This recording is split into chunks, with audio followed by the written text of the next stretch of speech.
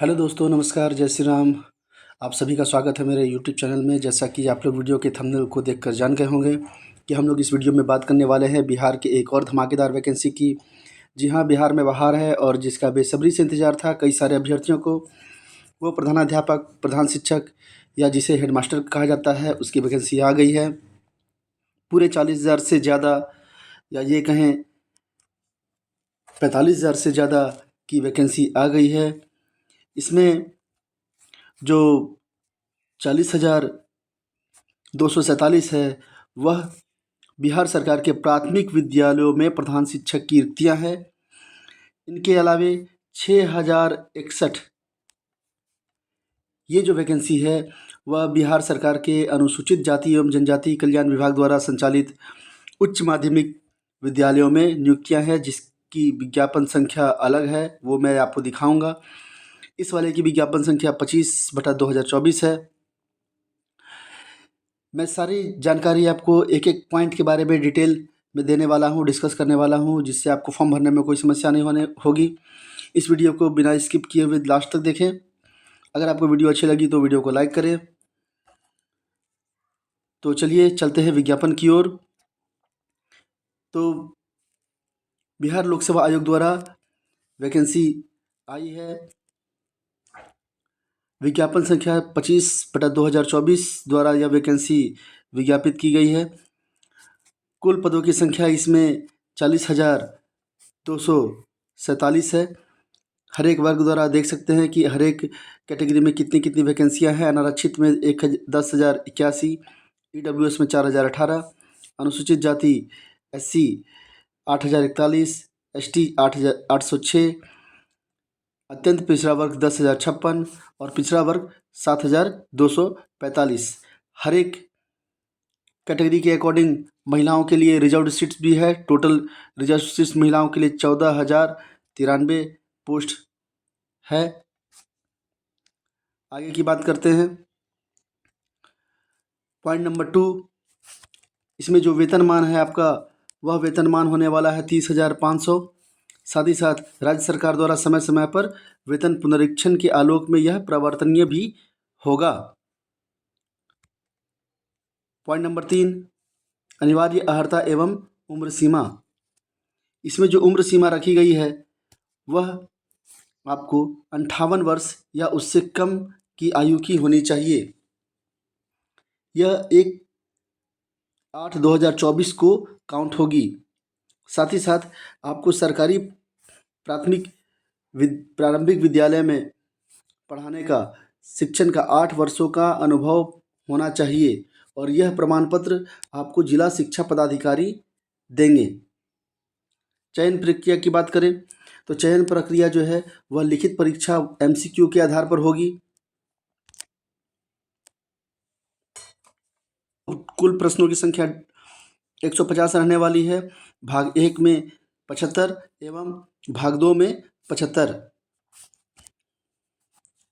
भाग 1 में 75, भाग 2 में 75। समय की अवधि आपको 2.5 घंटे मिलेगी। यह प्रश्न पत्र 2 भागों में बटा रहेगा, भाग 1 और भाग 2। भाग 1 में सामान्य अध्ययन का पत्र है, जिसमें मैथ, मानसिक योग्यता जिसे रीजनिंग वगैरह हम लोग कहते हैं, GS, करंट अफेयर, सामान्य विज्ञान, राष्ट्रीय आंदोलन, भूगोल, भारतीय राजनीति इत्यादि रहेंगे। साथ ही साथ इसमें भाग 2 में आपका DLED का विषय रहेगा। DLED का विषय रहेगा।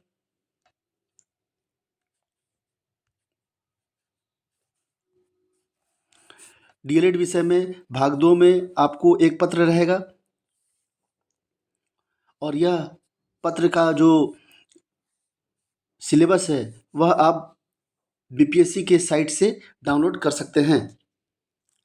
यह जो लिखित परीक्षा होगी यह वस्तुनिष्ठ होगी, MCQ बेस्ड होगी।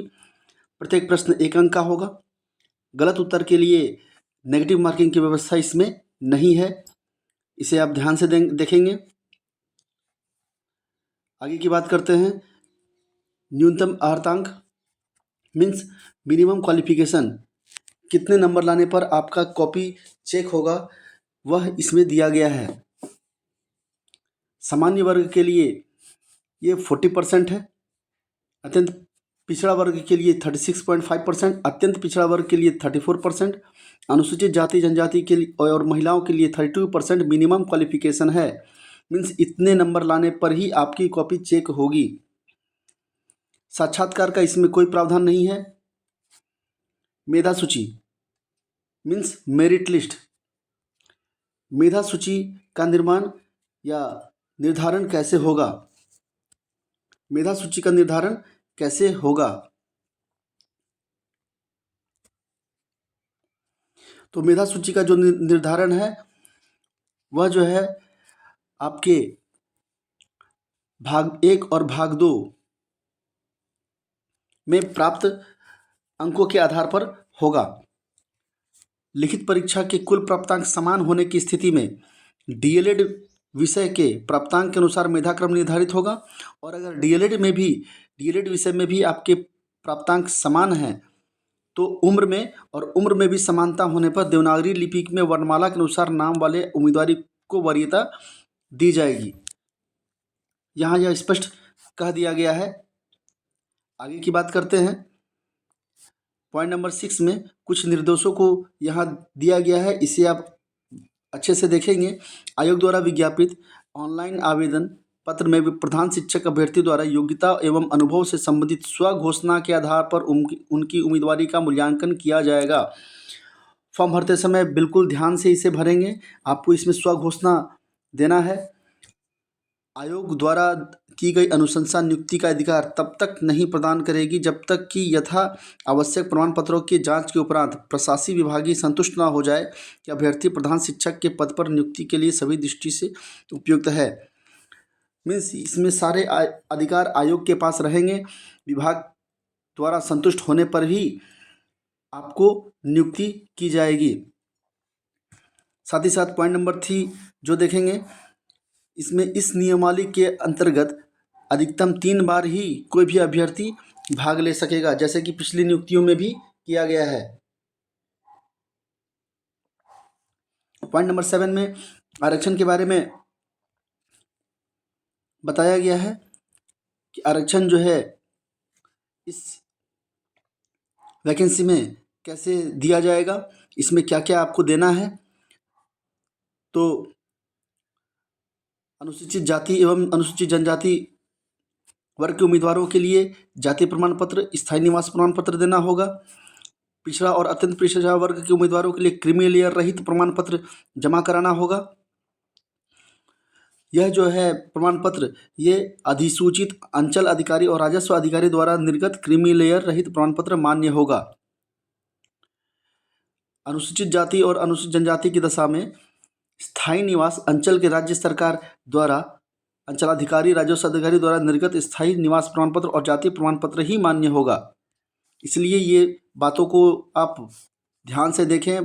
फॉर्म भरने के समय सारी एक एक पॉइंट पर मैं डिस्कस कर रहा हूँ।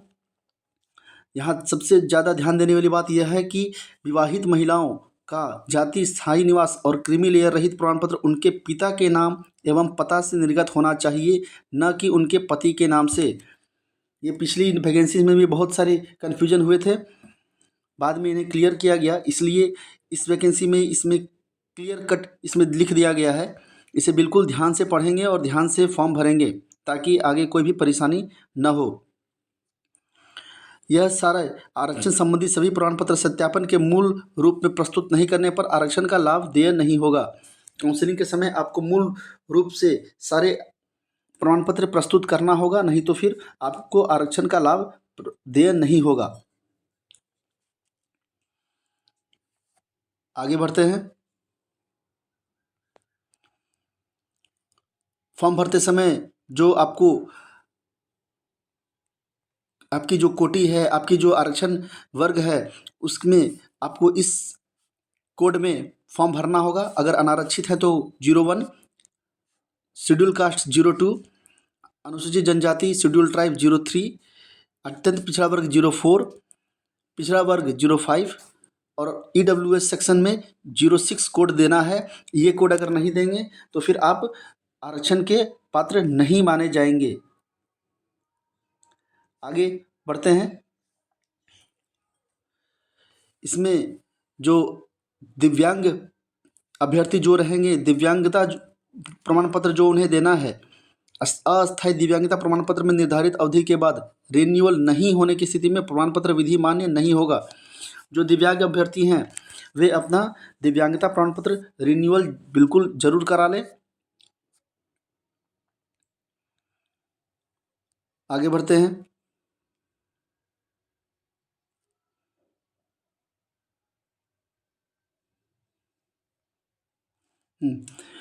उपयुक्त आरक्षण संबंधी सभी प्रमाण पत्र आयोग कार्यालय में सत्यापन के समय मूल रूप से प्रस्तुत नहीं करने पर आरक्षण का लाभ देय नहीं होगा। यह मैंने पहले भी कहा कि आरक्षण का जो लाभ है, अगर आपको लेना है, अगर आप आरक्षण कोटि में आते हैं तो आपको काउंसलिंग के समय सभी प्रमाण पत्रों का मूल रूप जो है वो प्रस्तुत करना होगा, अन्यथा आपको आरक्षण का लाभ नहीं दिया जाएगा। साथ ही साथ जो आरक्षण के जो भी प्रमाण पत्र है वो आपको 2/4/2024 तक का निर्गत होना चाहिए। अंतिम तिथि ऑनलाइन आवेदन भरने की अंतिम तिथि जो है 2/4/2024 तक का निर्गत होना चाहिए। इस आवेदन फॉर्म भरने की अंतिम तिथि के पश्चात निर्गत प्रमाण पत्र मान्य नहीं होगा। साथ ही साथ यह भी ध्यान रखें कि अगर अतिरिक्त शुल्क के साथ आवेदन देने का प्रावधान दिया जाता है तो उससे अर्हता संबंधी कोई भी अंतिम तिथि विस्तारित अथवा प्रभावित नहीं होगी। मीन्स अगर डेट बढ़ाया जाएगा शुल्क के साथ आवेदन फॉर्म भरने का, तो आपके जो प्रमाण पत्र की डेट है 2/4/2024 वो नहीं बढ़ेगी। आगे की बात करते हैं। इनमें जो आयोग द्वारा किसी भी समय मांगे जाने पर अभ्यर्थियों को सक्षम पदाधिकारी द्वारा निर्गत निम्नलिखित प्रमाण पत्रों की मूल प्रतियां सत्यापन हेतु प्रस्तुत करना अनिवार्य होगा। कौन कौन सी प्रमाण पत्र आपको अपने पास हमेशा साथ में रखना है? मैट्रिक का प्रमाण पत्र, शैक्षणिक और प्रशासनिक योग्यता, विज्ञापन के अनुरूप सक्षम प्राधिकार जिला शिक्षा पदाधिकारी द्वारा निर्गत अनुभव प्रमाण पत्र, पिछड़ा वर्ग और अत्यंत पिछड़ा वर्ग के लिए क्रीमी लेयर रहित प्रमाण पत्र, महिलाओं के लिए पिता के नाम से एवं पता से निर्गत क्रीमी लेयर रहित प्रमाण पत्र, पिछड़ा वर्ग के लिए क्रीमी लेयर सहित घोषणा पत्र, अनुसूचित जाति जनजाति के लिए जाति एवं स्थायी निवास प्रमाण पत्र, बिहार राज्य के स्थायी निवासी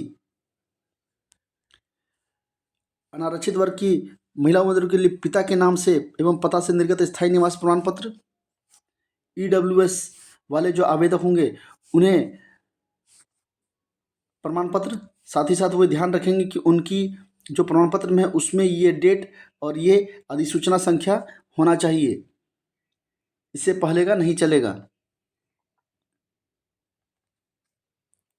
आगे बात करते हैं। साथ ही साथ आपको फोटो युक्त पहचान पत्र, हाल का खींचा हुआ 2 फोटो, लिखित परीक्षा में भरने और डाउनलोड किए गए आवेदन की प्रति निकाल के बिल्कुल रख लें। फॉर्म भरने के बाद उनकी 2 प्रति 3 प्रति आप अपने पास जरूर रखें और एडमिट कार्ड की भी प्रति 1-2 एक्स्ट्रा आप जरूर रखें अपने पास में। शुल्क की बात करेंगे तो शुल्क जो है वह सामान्य अभ्यर्थियों के लिए 750 रुपये, अनुसूचित जाति जनजाति के लिए 200, सभी आरक्षित अनारक्षित वर्ग की महिलाओं उम्मीदवारों के लिए 200, दिव्यांग अभ्यर्थियों के लिए 200 और अन्य सभी उम्मीदवारों के लिए 750 रुपये निर्धारित की गई है। जो अभ्यर्थी पूर्व में यह विज्ञापन संख्या द्वारा प्रकाशित विज्ञापन को भर चुके थे वे सिर्फ अपने मोबाइल नंबर पर वेरीफाई कर OTP भेजकर उन्हें वे आवेदन भर सकेंगे। उनका भुगतान करने से उन्हें छूट दी जाएगी।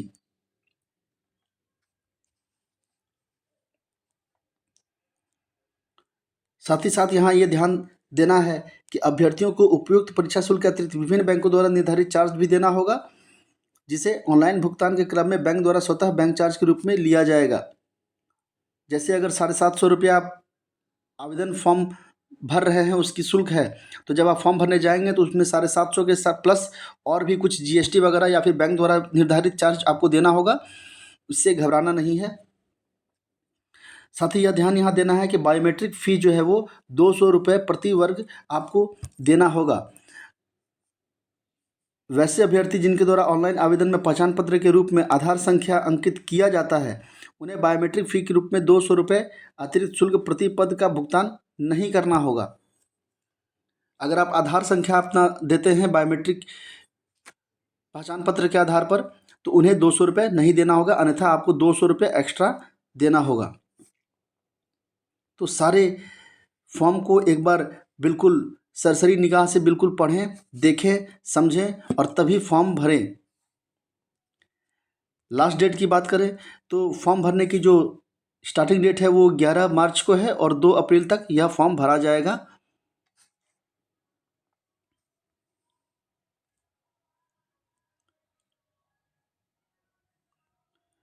आगे बात करें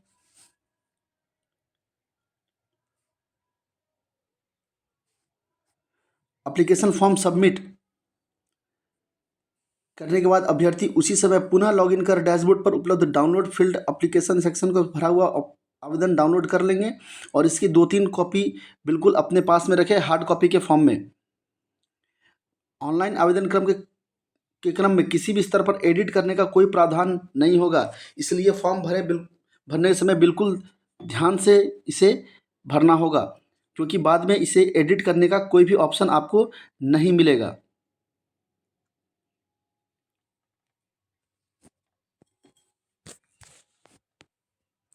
तो ये सारी बातें जो है मैंने आपको बता दी। आप फॉर्म बिल्कुल ध्यान से भरेंगे।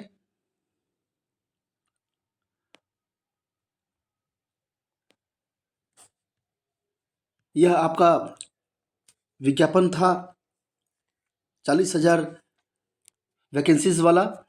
इसके अलावे भी 6,061 वैकेंसी की एक और विज्ञापन है, वो मैं आपको दिखाता हूँ। तो यह आपका एक दूसरा विज्ञापन है बिहार लोक सेवा आयोग द्वारा, विज्ञापन संख्या 26/2024। इसमें जो कुल पदों की संख्या है वह आपका 6,061 है, जैसा कि मैंने आपको वीडियो के शुरू में बताया था। इसमें भी हर एक कैटेगरी वाइज रिक्तियों को किया गया है, लिखा गया है। ये आप देख लें अपने कैटेगरी के अकॉर्डिंग। साथ ही साथ इसमें अनुसूचित जाति एवं जनजाति कल्याण विभाग द्वारा अंतर्गत प्रधानाध्यापक के कुल 3 पद है। और यह जो वैकेंसीज है यह आपको शिक्षा विभाग के अंतर्गत प्रधानाध्यापक के पद है। इसमें जो है वेतनमान यह आपका 35,000 रहने वाला है। साथ ही साथ और भी बहुत सारे भत्ते जो मिल रहे हैं शिक्षकों को, वो भी आपको मिलते रहेंगे। शैक्षणिक योग्यता की बात करें तो इसमें भारत का नागरिक होना चाहिए, साथ ही साथ बिहार राज्य का निवासी भी होना चाहिए। 50% अंकों के साथ स्नातकोत्तर उत्तीर्ण हो, बीएड अथवा बीएससी उत्तीर्ण होना चाहिए। यहाँ यह ध्यान देंगे कि अनुभव जो है वह 8 वर्ष की सेवा आपको राज्य सरकार के पंचायती राज संस्था अथवा नगर निकाय के अंतर्गत माध्यमिक शिक्षक के पद पर 8 वर्ष की सेवा होनी चाहिए। सीबीएसई, आईसीएसई, बीएसईबी से संबद्धता प्राप्त विद्यालय में माध्यमिक शिक्षक के पद पर न्यूनतम 12 वर्ष की सेवा होनी चाहिए, अथवा राज्य सरकार के विद्यालय में पंचायती राज संस्था एवं नगर निकाय संस्था अंतर्गत उच्च माध्यमिक शिक्षक के पद पर 4 वर्ष की लगातार सेवा होनी चाहिए। सीबीएसई, आईसीएसई, बीएसईबी से संबद्धता प्राप्त विद्यालय में उच्च माध्यमिक शिक्षा के पद पर न्यूनतम 10 वर्ष की लगातार सेवा होनी चाहिए। फॉर्म को भरने समय बिल्कुल ध्यान से एक बार पढ़ लेंगे, इसके बाद ही फॉर्म को बिल्कुल भरें। सीबीएसई, आईसीएसई, बीसीबी से संबद्धता प्राप्त विद्यालयों के शिक्षकों का अनुभव प्रमाण पत्र संबंधित विद्यालय के प्रधानाध्यापक के स्तर से निर्गत किया मान्य होगा। इसके बारे में जो प्रारूप है वह आप bpsc.pih.nic.in बीपीएससी की वेबसाइट से डाउनलोड कर लेंगे और उसी में अपना अनुभव प्रमाण पत्र भरकर देंगे।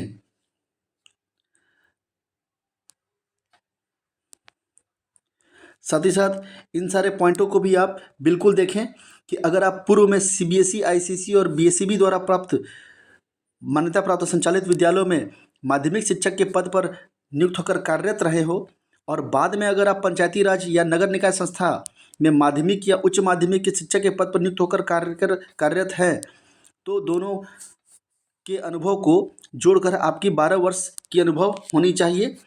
या फिर अगर पूर्व में इन सारे स्कूलों में उच्च माध्यमिक शिक्षक के पद पर नियुक्त होकर कार्यरत हैं और बाद में पंचायती राज नगर निकाय संस्था में उच्च माध्यमिक शिक्षक के पद पर नियुक्त हैं, तो दोनों तरह के विद्यालयों में के अनुभव अवधि को जोड़कर न्यूनतम 10 वर्ष की अवधि होनी चाहिए। यहाँ यह ध्यान देना है कि कंप्यूटर, संगीत और ललित कला एवं नृत्य शिक्षक द्वारा प्रधानाध्यापक के पद पर आवेदन करने की स्थिति में आपको बीएड, बीएससी एड की डिग्री अनिवार्य नहीं है। ठीक है। उम्र सीमा की बात करें तो उम्र सीमा जो है वह आपको अधिकतम 47 वर्ष अनारक्षित वर्ग के लिए, पिछड़ा वर्ग और अत्यंत पिछड़ा वर्ग के लिए 50 वर्ष, अनारक्षित महिला के लिए 50 वर्ष, अनुसूचित जाति जनजाति के लिए 52 वर्ष रहने वाली है।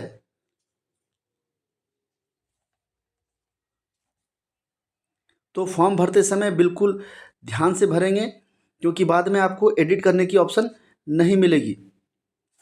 जो भी प्रमाण पत्र आपको देना है वह प्रमाण पत्र आवेदन करने की अंतिम तिथि तक ही वैध होना चाहिए, उसके बाद का नहीं होगा। चयन प्रक्रिया की बात करें तो चयन प्रक्रिया इसमें लिखित परीक्षा एमसीक्यू बेस्ड होने वाली है। सामान्य अध्ययन और बीएड विषय रहेगा। प्रश्नों की कुल संख्या 150 रहने वाली है। भाग 1 में 100 और भाग 2 में 50। समय अवधि आपको 2.5 घंटे मिलेगी। कुल अंक 150 का रहेगा। प्रश्न पत्र जो है वो 2 भागों में बटा रहेगा, भाग 1 और भाग 2। भाग 1 में सामान्य अध्ययन रहने वाला है जिसमें जनरल मैथ, मानसिक योग्यता जिसे रीजनिंग कहते हैं, करंट अफेयर, सामान्य विज्ञान, भारतीय राष्ट्रीय आंदोलन, भूगोल, भारतीय राजनीति इत्यादि रहेंगे। भाग 2 के लिए बीएड विषय का एक पत्र रहेगा और यह सिलेबस जो है आपको बीपीएससी के साइट पर मिल जाएगा। यह सारी परीक्षा आपको एमसीक्यू बेस्ड होगी। प्रत्येक प्रश्न का 1 अंक मिलेगा। नेगेटिव मार्किंग नहीं है इसमें और लिखित परीक्षा का हेतु पुनर्मूल्यांकन का प्रावधान भी नहीं है। मिनिमम क्वालिफिकेशन की बात करें तो जनरल वर्ग के उम्मीदवारों के लिए 40%, पिछड़ा वर्ग के उम्मीदवारों के लिए 36.5%, अत्यंत पिछड़ा वर्ग के उम्मीदवारों के लिए 34%, अनुसूचित जनजाति एवं महिलाओं के लिए 32% इसमें निर्धारित किया गया है। साक्षात्कार का कोई प्रावधान नहीं है। मेरिट लिस्ट की बात करें तो मेरिट लिस्ट जो है वह आपको भाग 1 और भाग 2 दोनों के अंकों के आधार पर की जाएगी। अगर दोनों का अंक समान आता है किन्हीं अभ्यर्थियों का तो वैसी स्थिति में बीएड विषय के प्राप्तांक के अनुसार मेधाक्रम निर्धारित होगा, मेरिट लिस्ट बनेगा। अगर बीएड वाले विषय में भी किन्हीं अभ्यर्थियों का प्राप्तांक समान है तो उम्र के आधार पर और उम्र में भी समानता होने पर देवनागरी लिपि में वर्णमाला के अनुसार नाम वाले उम्मीदवारों को वरीयता दी जाएगी। मीन्स जिनका ए से नाम शुरू होता है उन्हें पहले रखा जाएगा, फिर बी वाले को, फिर सी वाले को, इस तरह से। इनमें जो मेरिट और चॉइस है यह आप इसके आधार पर यह जो संबंधित प्रमंडल है उसके विभाग द्वारा अंतिम रूप से सफल उम्मीदवारों का चयन किया जाएगा। तो यह जो है आपको मैंने लगभग सारी चीज़ बताई दी। प्रमाण पत्रों की जांच, तो यह जांच जो है वो तो एग्ज़ाम देने के बाद होगा। आरक्षण के बारे में मैंने पिछले विज्ञापन में भी बताया कि क्या क्या है इसमें, लगभग वही सारी चीज़ें हैं। तो फॉर्म को आप बिल्कुल ध्यान से भरेंगे।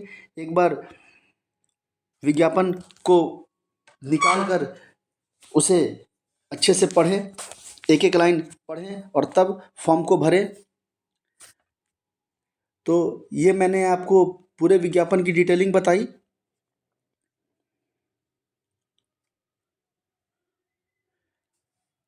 यहाँ पर ये ध्यान देना है कि ऑनलाइन आवेदन में माध्यमिक शिक्षक पात्रता एस्टेट 2023 के रिजल्ट कार्ड नंबर के स्थान पर BSEB यूनिक आईडी, एक आपको यूनिक आईडी मिला होगा, वो आपको देना है और निर्गत तिथि के स्थान पर परीक्षा फल प्रकाशन की तिथि अंकित करेंगे। तो ये जो है मैंने आपको सारी विज्ञापन की डिटेलिंग मैंने बता दी। आप लोग जो भी इस पद की अर्हता और योग्यता रखते हैं वे ज़रूर इसे भरें। कोई परेशानी हो तो मुझे कमेंट में ज़रूर बताएं। एक बार खुद भी नोटिफिकेशन को ज़रूर पढ़ लें। बाकी मैं एक वीडियो लेकर आऊँगा जिसमें इसके सिलेबस के बारे में, इसकी तैयारी के बारे में डिटेल से डिस्कस करूँगा।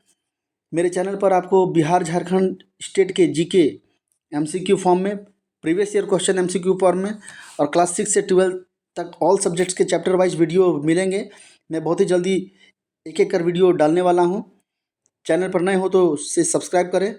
आप कुछ अगर कहना चाहते हो तो मुझसे कमेंट बॉक्स में लिखें। धन्यवाद। Thank you. Have a good day.